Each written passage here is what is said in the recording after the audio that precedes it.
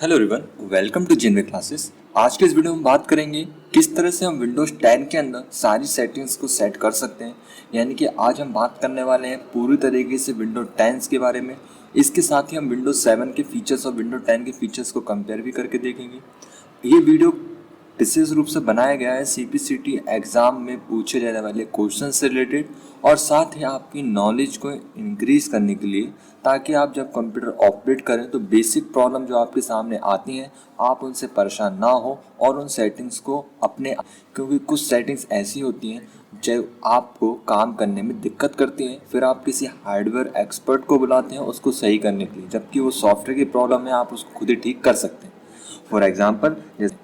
For example जैसे मान लीजिए आपके कीबोर्ड में टाइपिंग के बटन सही से काम नहीं कर रहे हैं या फिर आपका बटन जो है बार बार रिपीट हो रहा है, तो कंट्रोल पैनल में कीबोर्ड सेटिंग से आप इसको ठीक कर सकते हैं। उसी तरह से अगर आपके माउस क्लिक में कुछ प्रॉब्लम आ गई है, माउस क्लिक सही से काम नहीं कर रहा है, तो आप माउस क्लिक की सेटिंग को बदल सकते हैं। कई बार छोटी छोटी प्रॉब्लम हमें बहुत बड़ी लग जाती है क्योंकि हमें उस चीज़ की नॉलेज नहीं होती। तो ये बिगनर फ्रेंडली वीडियो होने वाला है। जिसको बिल्कुल ही विंडोज़ नहीं आता वो इसको पूरा देखे, जिसको आता है वो चाहे तो इस वीडियो को स्किप कर सकता है क्योंकि इसमें बहुत सी बेसिक और बहुत थोड़ी एडवांस चीज़ें बताई गई हैं।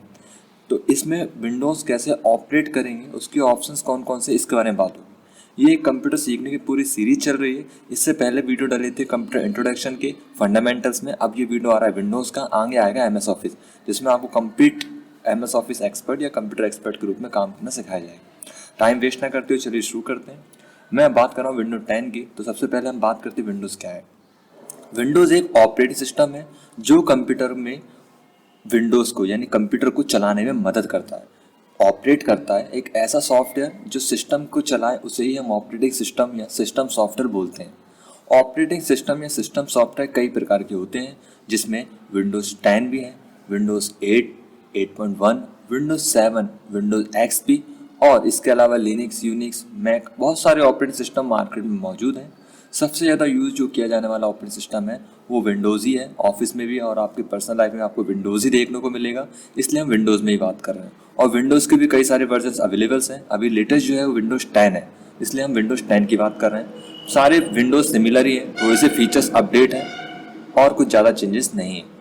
तो विंडोज़ क्या है ये आप समझ गए। विंडोज़ एक ऑपरेटिंग सिस्टम है। ऑपरेटिंग सिस्टम का अर्थ है कंप्यूटर को ऑपरेट करने वाला एक सॉफ्टवेयर। जैसे मोबाइल में ऑपरेटिंग सिस्टम एंड्रॉयड होता है जो आपके मोबाइल को ऑपरेट करता है, दूसरे मोबाइल्स में दूसरा ऑपरेटिंग सिस्टम होता है। इस तरह से कंप्यूटर्स में भी अलग अलग ऑपरेटिंग सिस्टम आते हैं, लेकिन सबसे ज़्यादा चलने वाला ऑपरेटिंग सिस्टम विंडोज़ ही है। तो चलिए विंडोज़ को शुरू करते हैं। सबसे पहले आप जानेंगे इनके 12 एलिमेंट्स के बारे में कि किसको क्या बोला जाता है। सीपीसीटी एग्जाम में या किसी भी तरह का कॉम्पिटिशन एग्जाम में ये जरूर पूछा जा सकता है कि इसको क्या बोलते हैं या उसको क्या बोलते हैं। तो आज हम 12 पॉइंट्स में बस उसी की बात करने वाले हैं। ये वीडियो शायद थोड़ा बड़ा हो तो शायद 2 पार्ट में भी हो सकता है, या अगर एक ही में हुआ तो मैं कोशिश करूँगा एक ही में कंप्लीट करना। मेरा मतलब है कि आपको ठीक से समझ में आ जाए। तो चलिए इस 12 पॉइंट शुरू करते हैं। सबसे पहले हम पॉइंट की बात करते हैं, उसका नाम है, सबसे पहले हम बात करते हैं डेस्कटॉप की बात करते हैं। तो आपको ये मेरे सामने जो स्क्रीन दिख रही है इसे हम क्या बोलते हैं, डेस्कटॉप। मतलब जो बाहर की होम स्क्रीन होती है उसे हम डेस्कटॉप बोलेंगे। अगर मैं यहाँ पे कोई फोल्डर या कोई ऐप ओपन कर दूँ, जैसे मैंने माई फाइल्स का फोल्डर ओपन किया, तो अब यो मेरे सामने डेस्कटॉप नहीं है। और जैसे ही मैं इसको क्लोज करूँगा तो अब जो आएगा वो डेस्कटॉप, यानी कि बाहर की जो पृष्ठभूमि है इसको हम डेस्कटॉप बोलेंगे। ये आपको क्लियर है। दूसरा, इसमें इस पीछे जो इमेज है इसको हम बैकग्राउंड बोलते हैं, यानी डेस्कटॉप पे जो पीछे होता है उसे हम बैकग्राउंड बोलते हैं, इसे डेस्कटॉप बैकग्राउंड बोलेंगे।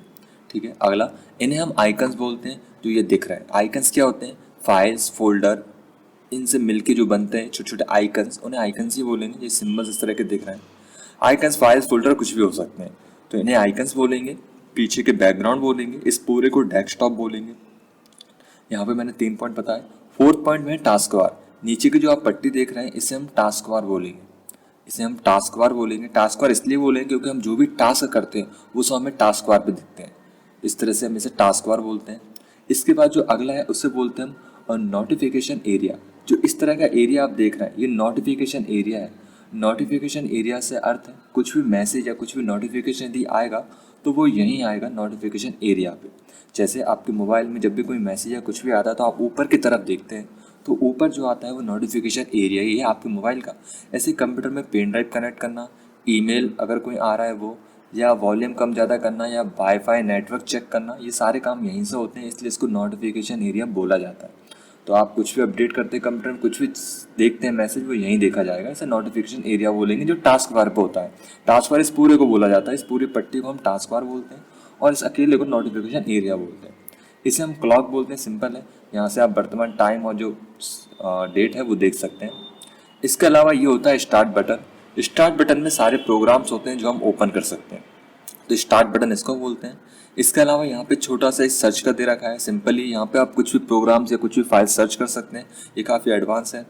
इसके अलावा यहाँ पे आप देख रहे हैं ये क्विक लॉन्च आइकन्स हैं या क्विक लॉन्च टूल बार है। यहाँ से आप जल्दी से लॉन्च कर सकते हैं। क्विक लॉन्च आइकन्स को आप भी सेट कर सकते हैं। कोई ऐसी एप्लीकेशन जो आप बार बार यूज़ करते हैं तो आप उसे क्विक लॉन्च लगा सकते हैं। इससे आपको उसे बार बार ढूंढना नहीं पड़ेगा, आप डायरेक्ट यहीं से उसको ओपन कर पाएँ। जैसे ही मैंने यहाँ पे गूगल क्रोम और फाइल एक्सप्लोर को मैंने कर रखा है यहाँ पे पिन। अब देखिए जैसे मुझे मान लीजिए मुझे इस वाले सॉफ्टवेयर को करना है, तो राइट क्लिक करेंगे इस पर और इसके बाद पिन टू स्टार्ट पे आप एक क्लिक कर सकते हैं, तो स्टार्ट पे ऐड हो जाएगा। इसी तरह से अगर आप यहाँ पर पिन टू टास्क बार पे क्लिक करेंगे तो टास्क बार पे ऐड हो जाएगा। तो पिन टू टास्क बार में करता हूँ, तो देखिए मेरा ये यहाँ पे परमानेंटली सेव हो गया। अब जब भी मुझे वेंडर शेयर ओपन करना होगा तो मैं डायरेक्ट यहाँ से क्लिक करके कर पाऊंगा। ये मेरा क्विक लॉन्च का एक आइकन बन गया। तो इस तरह से हम क्विक लॉन्च आइकन ऐड कर सकते हैं।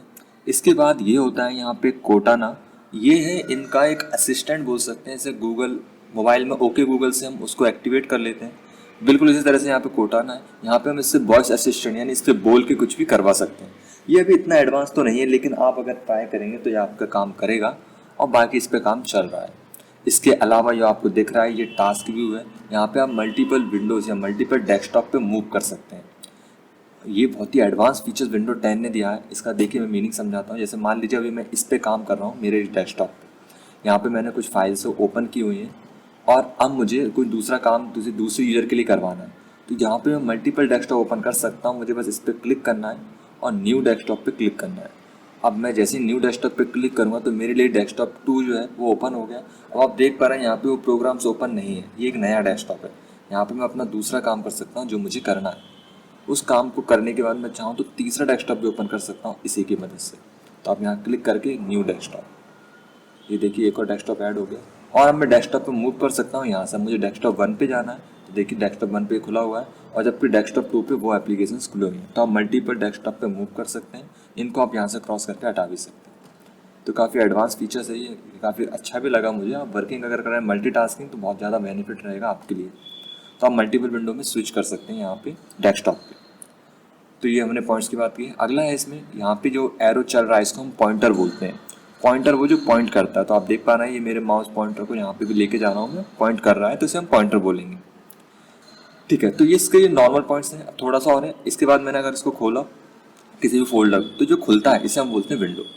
ये एक विंडो है, WINDOW विंडो। ये विंडो है। इस विंडो पे क्या होता है, इस विंडो पे होता है सबसे पहले टाइटल बार। ये आप देख पा रहे हैं, इसे टाइटल बार बोलते हैं, जहाँ पे इस विंडो का नाम दिखता है। तो ये कौन सा विंडो खुली है, माई फाइल्स की विंडो खुली है। अच्छा, अब मैं यहाँ पे काम करता हूँ, रिसाइकिल बिन की विंडो खोलता हूँ, तब ये कौन सी विंडो खुली है, रिसाइकिल बिन की विंडो। तो इसे हम टाइटल बार बोलते हैं। क्वेश्चन आप ध्यान रखें, पूछे जा सकते हैं एग्जाम में। रिसाइकिल बिन जो लिखा हुआ है ये टाइटल बार है, यानी ऊपर की जो पट्टी या ऊपर की जो हेडिंग होती है उसे हम टाइटल बार बोलेंगे विंडो पे। विंडो में और क्या होता है, विंडो में यहाँ पे आप देख पा रहे हैं क्लोज बटन होता है।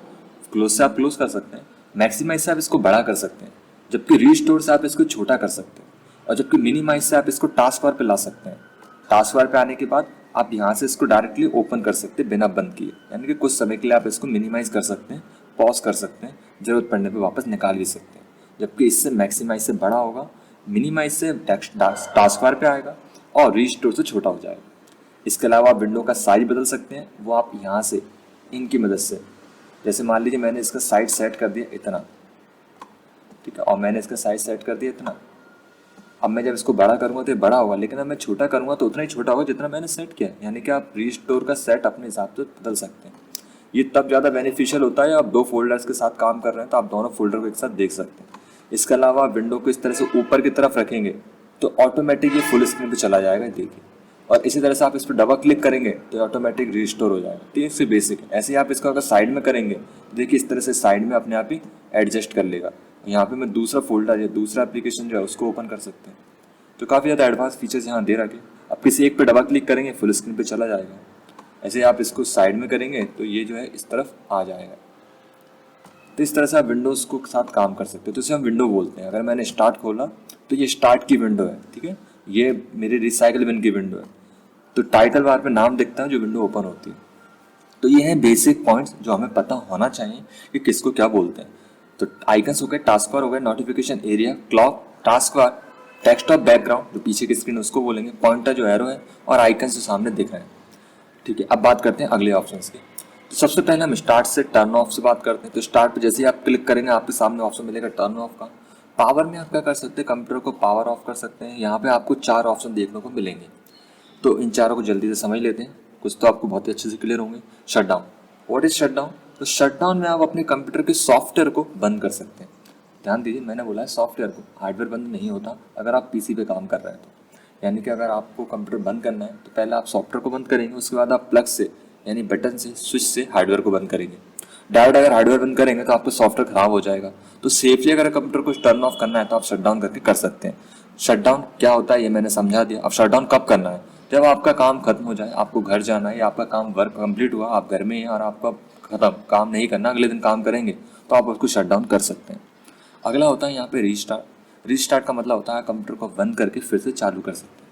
अब कोई बंदा ऐसा क्यों करेगा कि कंप्यूटर को बंद करके तुरंत चालू करेंगे? ऐसा तब करना है जब आप कोई सेटिंग्स अप्लाई करते हैं या फिर आपका कंप्यूटर अगर स्लो चल रहा है या ठीक से काम नहीं कर रहा है तो आप एक बार उसको रीस्टार्ट जरूर करें। रीस्टार्ट करने से बैकग्राउंड प्रोसेस जो है वो क्लोज हो जाते हैं, फिर कंप्यूटर ठीक तरीके से काम करना शुरू कर देता है। तो आपका कंप्यूटर अगर अटक रहा है या स्लो काम कर रहा है तो आप उसको रीस्टार्ट कर सकते हैं। तो शटडाउन आपको समझ में आ गया, कंप्यूटर बंद करना है काम खत्म होने पे। रीस्टार्ट तब करना है जब जरूरत कंप्यूटर अटक रहा हो या सही से काम ना कर रहा हो, तो हम एक बार रीस्टार्ट करके उसको स्टार्ट कर सकते हैं। अगला यहाँ पे आपको मिलेगा स्लीप। स्लीप का मतलब होता है सोना। ये बिल्कुल सही सब समझ रहे हैं आप, स्लीप मतलब सोना। कंप्यूटर कुछ देर के लिए यहाँ पे सो जाएगा। ये काफ़ी अच्छा फीचर्स है। ये आपको लो पावर पे कंप्यूटर को रख देगा। आप इसे लैपटॉप्स पे और डेस्कटॉप पे दोनों पे अप्लाई कर सकते हैं। स्लीप क्या करता है, आपके कंप्यूटर को थोड़ी देर के लिए स्टैंड बाय मोड पे, स्टैंड बाय मोड भी बोलते हैं इसको, स्टैंड बाय मोड या स्लीप मोड पे रख देगा। इसका मतलब क्या होता है? इसका मतलब ये होता है कि आपकी एप्लीकेशंस काम करेंगी लेकिन आपका जो मॉनिटर है वो बंद हो जाएगा एक तरह से, उस पर कुछ भी दिखाई नहीं देगा, लेकिन मशीन जो है वो चालू रहेगी। और जब आप कोई सा बटन दबाएंगे तो कंप्यूटर वहीं से जाग जाएगा जहाँ पे आप छोड़ के गए थे, यानी कुछ देर के लिए कंप्यूटर स्लीप मोड पे चला जाएगा। फॉर एग्जांपल, आपके पास जो एंड्रॉइड मोबाइल है, अगर आप इसे कुछ देर के लिए रख देंगे तो ऑटोमेटिक मोबाइल की जो लाइट है वो बंद हो जाती है। मोबाइल बंद नहीं हुआ, बस उसकी लाइट ऑफ हो गई, मोबाइल चालू है, फोन आएंगे, लेकिन अभी उसकी कंडीशन है स्लीप मोड की, वो सो रहा है मोबाइल। जैसे ही आप कोई सा बटन दबाएंगे तो मोबाइल जग जाएगा, मतलब काम करने के लिए तैयार है, स्टार्ट बाय मोड पे तैयार है, बस अभी लो पावर पे रखा है ताकि बैटरी कम ले और अपना काम भी आसान हो जाता है इससे। क्योंकि हम अगर बंद करके मोबाइल को रख देंगे तो चालू करने में टाइम वेस्ट होगा और किसी के फ़ोन भी नहीं आ पाएंगे। इस तरह से यहाँ पे मैसेज वगैरह सब कुछ आएगा, बस स्लीप मोड पे पावर लो रहेगा। तो स्लीप मोड क्या होता है ये मैंने समझाया। अब कब करना है? आप कंप्यूटर पर काम कर रहे हैं, आपको 15-20 मिनट बाद काम है, अभी आपको 10-15 मिनट कुछ काम करने जाना है बाहर, 15-20 मिनट या 30 मिनट, तो आप कुछ देर के लिए अगर बंद करके जाना चाहते हो तो आप स्लिप करके चले जाएं। इससे लो पावर पे कंप्यूटर चला जाएगा और आप अपना काम करके वापस से जब बटन दबाएंगे तो वहीं से स्टार्ट हो जाएगा जहां आप छोड़ के गए थे। लेकिन अगर आपको 15-20 मिनट बाद कंप्यूटर फिर से काम करना है और आप शट डाउन करके जाओगे तो आपको तो पहले सारी एप्लीकेशन क्लोज करनी पड़ेंगी, फिर क्लोज करने के बाद आप कंप्यूटर को शट डाउन करेंगे, फिर आप जाएंगे, फिर आने के बाद आपको कंप्यूटर स्टार्ट करना पड़ेगा, फिर एप्लीकेशन खोलनी पड़ेंगी, तो टाइम बहुत ज़्यादा वेस्ट होगा।